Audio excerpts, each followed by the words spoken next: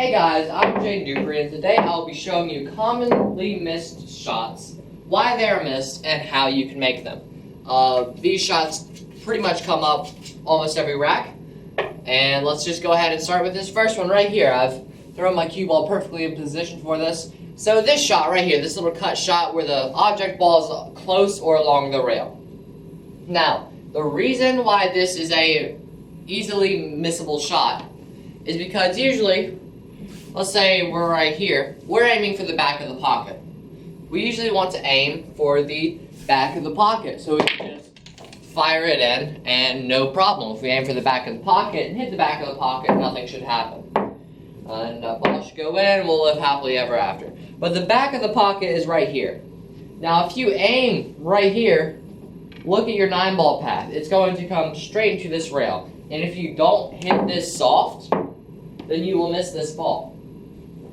You can use the rail a little bit if you shoot soft like that, but usually you want to aim for the opening of the pocket, not the cut of the pocket. I mean, not the back of the pocket. You want to aim for the cut or opening, not the back. So you need to overcut it just a little bit so you hit off of this and go in.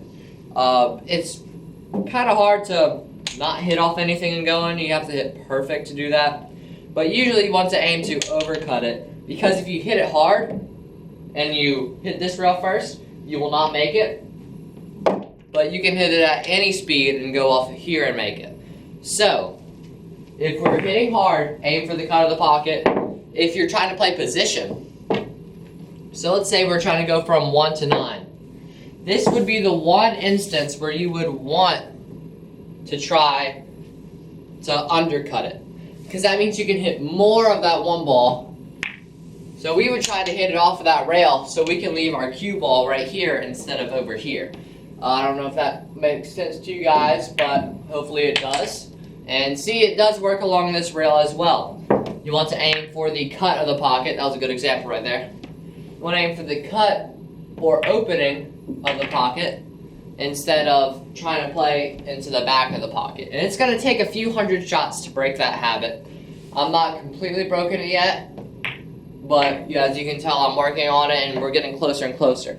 So aim for the cut of the pocket, not the back of the pocket. This next shot is easily missable, and it also just kills your confidence when you miss it. So we're trying to go into that corner pocket, we're shooting, and bam. Just like that. That's usually how it's missed. And the reason people miss this is, again, because they aim for the back of that pocket. If you aim for the back of the pocket, this is where the middle of your ball should be going. But if you're off by just a little bit, you're usually off that way. And this usually sets up your opponent with a pretty easy shot. So this shot is commonly undercut. So we need to try to overcut it and aim for this left side of the pocket right here. I usually aim for the left side of the pocket when I'm shooting shots like this, just because I know that I have the tendency to undercut the shot. So, if you aim to the left of that pocket, or another way you can do it is get a pocket reducer. So we got a Practice Pro pocket reducer in here. I'll slide that in the pocket. Now this will be very frustrating. This will be probably the most frustrating shot, at least for me, that you will shoot. So, start off hitting them slow, and this really forces you to shoot perfectly into that pocket. And you can see that I've been practicing the shot quite a bit, and I've been using the pocket reducers for quite a bit. And then you can start hitting them harder, which will bounce it out of the pocket if you're not perfect. So you have to be pretty perfect to make it into that pocket. And as you can see, I've been working on it and I've learned to correct it. And I'm still working on it. It takes a few thousand repetitions until you have perfected something. You don't even perfect it until you've gotten way better at something, let's just say that. But let's move on to the next shot. So this shot isn't very commonly missed. These next two shots, I'm going to do two little segments right here. They aren't very commonly missed shots. The second one will be, but these are commonly messed up shots, I guess I could call them. So we have this shot right here. We have a little bit of an angle cutting this way on the 9, and usually what happens is that right there. So off of that 9, usually if you have that angle, you have the perfect angle to come straight into this pocket. And if you're playing on a pocket with big tables, that is going to be a major problem. And this is a very, very simple fix. There's several fixes. I'm going to go through all of them with you. The first one is just to shoot it slower. You have a better chance of making the ball if the table's level. If the table's not level, you'll use one of the other solutions. The second solution is to use a lot of running English. So you kick to that rail instead of this pocket. The third solution is to use reverse English. To kick to this rail instead of that pocket. They will all be pretty close, but with reverse or running English, it will not go into that pocket. Another way to make sure it doesn't go into that pocket, we'll use bottom and running English, so backspin and right spin. And that will definitely send it towards that rail. In some instances, you can even completely avoid this rail. But that's probably not possible at this angle. Just like that. So that's back and reverse, so backspin and left spin right there. But the simplest option, again, is just to shoot soft. If you cannot do that, then use running or reverse English. A lot of times this shot is played for position, like so. So here we would just use running English. That's the only problem right there. Watch out for the scratch to the side when you're using backspin and running English, because it will hook the cue ball just a little bit.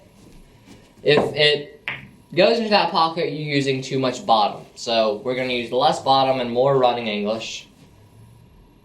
And you see this route for position. We've underhit it just a little bit. Cue ball keeps going. Bam. We are good on the 9. You want to avoid shooting this shot hard. That's the main point.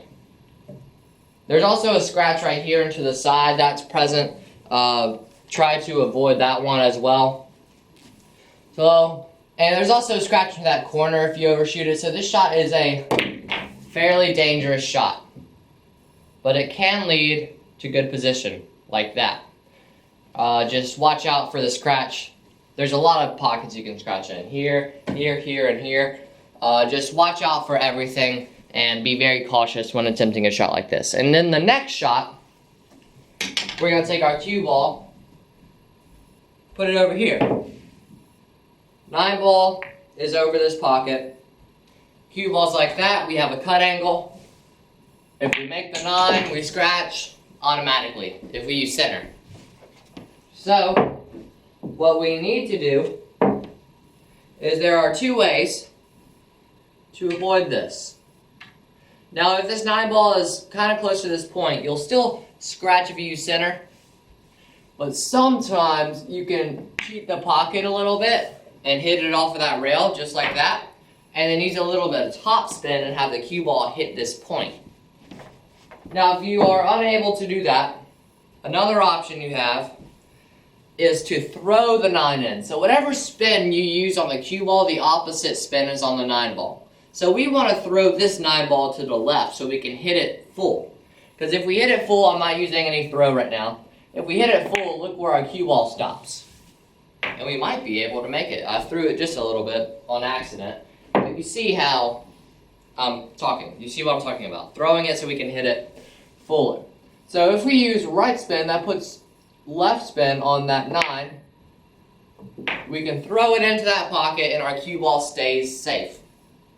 Now if you can't throw it for some reason, or if you're just not comfortable to throw, one thing you can do is just use a little pinch draw stroke and just try to stop your cue ball right there. That's the only problem. If you underhit it, when you use that pinch draw stroke, the object ball goes slower.